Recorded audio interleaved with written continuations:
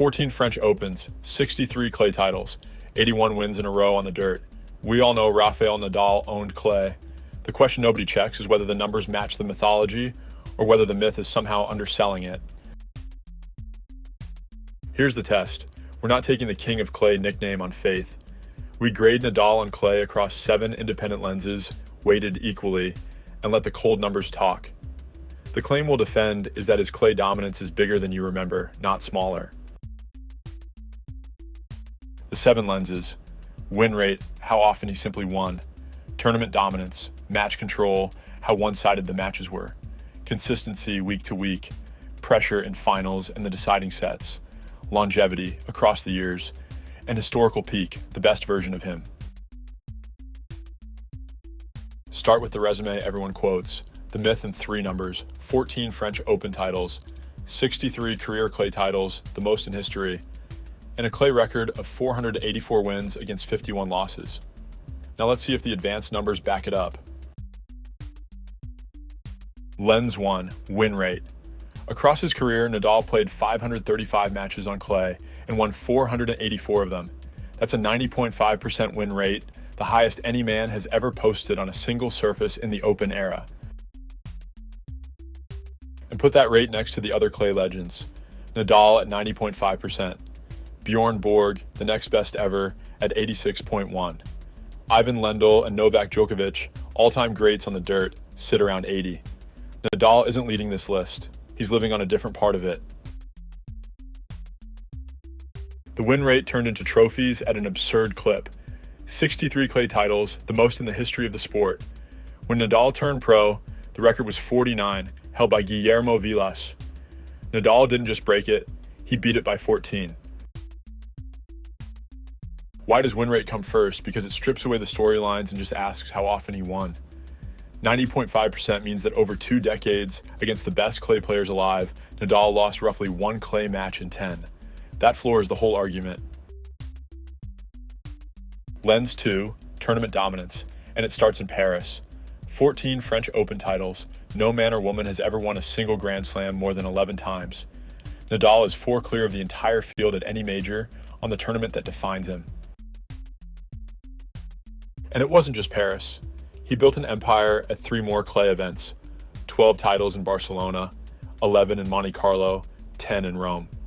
Nobody in the history of the sport has ever won any single tournament more than 11 times, and Nadal did it at 2 different events. Stack up the biggest events below the majors and the picture gets sillier. Nadal won 26 Masters 1,000 titles on clay, an all-time record. He is the only man ever to win any single Masters event more than 7 times. He did it twice. And he owned these places for years without letting go. Nadal won Monte Carlo 8 straight times, from 2005 to 2012. He's the only man in the Open era to win the same tournament 8 years in a row. Here's why the trophy count matters. Nadal won 92 titles in his whole career, and 47 of them, more than half, came at just these 4 clay events. Over half a Hall of Fame career happened on one surface at 4 addresses. That's not a specialty, that's a residence. Lens 3, match control. Trophies tell you he won. Match control tells you how easily. At Roland Garros, Nadal's career record is 112 wins and 4 losses. That's a 96.5% win rate at a single major, a number no player has ever approached anywhere. The wins were often routs. Nadal won the French Open without dropping a single set 4 separate times in 2008, 2010, 2017, and 2020.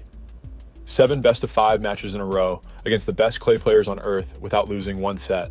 He did that 4 times. The most brutal example came in a final. 2020, the French Open title match against world number 1 Novak Djokovic. Nadal won 6-love, 6-2, 7-5.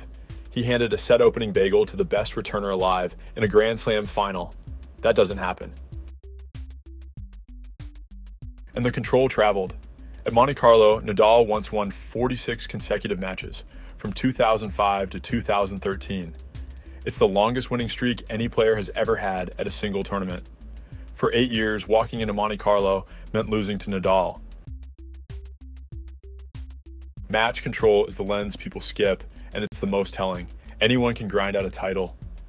Nadal turned finals into shutouts and majors into 2-week walkovers. When your record at one Grand Slam is 112-4, you weren't surviving those matches. You were ending them. Lens 4, consistency. Not one hot summer, but years without a bad day. Between April 2005 and May 2007, Nadal won 81 consecutive matches on clay. It's the longest single-surface winning streak in the history of the Open era on any surface. Then he did a version of it inside the biggest event. At Roland Garros, Nadal won 39 straight matches from 2010 to 2015, 5 titles in a row without a single loss in Paris, 30 of those 39 wins coming in straight sets. Here's how far outside normal that is. Plot every player's losses at the French Open, and almost everyone clusters together, losing early and often. Nadal sits alone on the tail. In 19 appearances at Roland Garros across 116 matches, he lost a grand total of 4 times. Consistency is dominance stretched over time. A great player wins a big streak once. Nadal ran an 81-match clay streak, then a 39-match French Open streak, and lost only 4 matches in Paris across his entire life. His bad clay season was better than everyone else's best. Lens 5, pressure. What happened when Nadal reached a French Open final? He won, every time. His record in Roland Garros finals is 14 wins and 0 losses. He reached the biggest match on clay 14 times and never once walked away without the trophy. Now the deep water test, the best of 5 match, where clay grinds men into dust over 5 hours. On clay in best of 5, Nadal's career record is 137 wins and 4 losses. That's a 97.1% win rate when the match was longest and the stakes were highest. The pressure moment that proves it came in 2013. A French Open semifinal against Djokovic, arguably the greatest clay match ever played. 5 sets, more than 4 hours, and Nadal closed it 9-7 in the 5th. When the whole tournament hung on one set, he took it. Pressure is its own lens because clay punishes nerves more than any surface.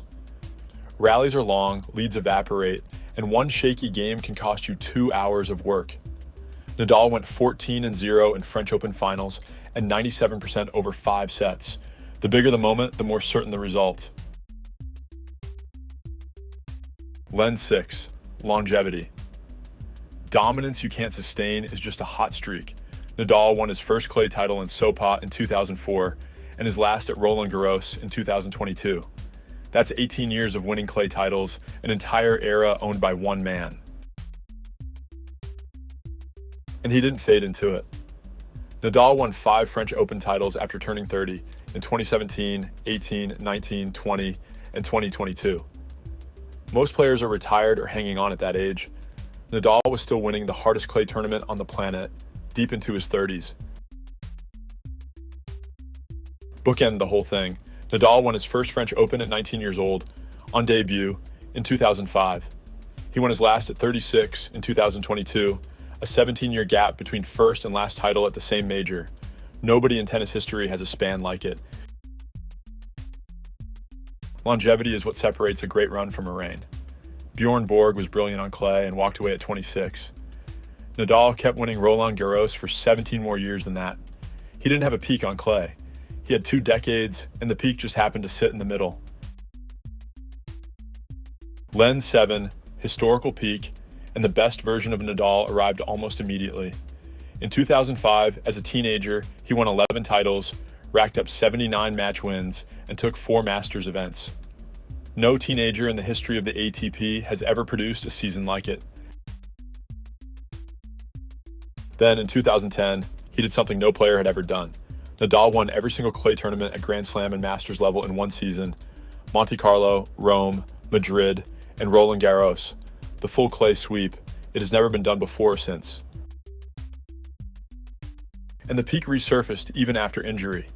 In 2013, coming back from 7 months out with a bad knee, Nadal won Barcelona, Madrid, Rome, and an 8th French Open. Half a year off the tour, and he returned to win the biggest clay events on the calendar. Historical peak is where the myth and the math finally agree. An 11 title season at 19, the only clay sweep ever in 2010, and a full comeback in 2013. We remember his peak as untouchable. The numbers say we've been underrating it, not the other way around. Put his most dominant stretch on one card. From April 2005 to May 2007, Nadal did not lose a single match on clay. 81 wins in a row, 13 titles, 2 French Opens, 0 defeats over more than 2 full years. One man, one surface, no losses. And the career at Roland Garros on one card, because it may be the most lopsided record in sports. 14 titles, 112 wins against 4 losses, 14 finals, 14 trophies. And 4 of those title runs came without dropping a single set. 19 years, 1 address, near total ownership. So back to the question. We started with the public memory of Nadal as the king of clay, and we tested it across 7 lenses: win rate, tournaments, match control, consistency, pressure, longevity, peak. Every single one came back pointing the same direction. The verdict is 1 beat away. Here's the verdict. Rafael Nadal isn't just the greatest clay court player ever.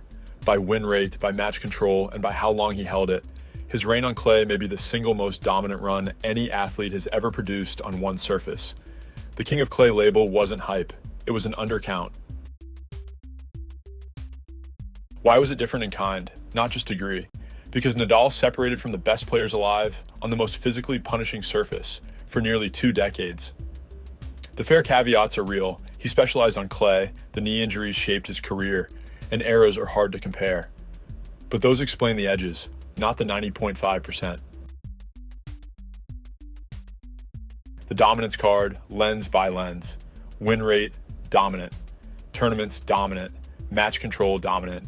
Consistency, dominant. Pressure, dominant. Longevity, dominant. Peak, dominant. 7 lenses, 7 of 7, for a final clay dominance score of 9.7 out of 10. The full profile scored out of 10. Win rate, tournament dominance, match control, consistency, and longevity are all perfect 10s. Pressure and historical peak sit at 9, held back only by the clay-only scope and the era caveats. The composite comes out to 9.7. 9.7 out of 10, the greatest clay player ever, and maybe the most dominant surface reign any sport has produced. If you think that's overrated, tell me which lens is doing too much work, because every ranking on this channel starts with the numbers, not the narrative. And if there's a player you want us to settle next, drop it in the comments. Subscribe. We settle these with a new video every day.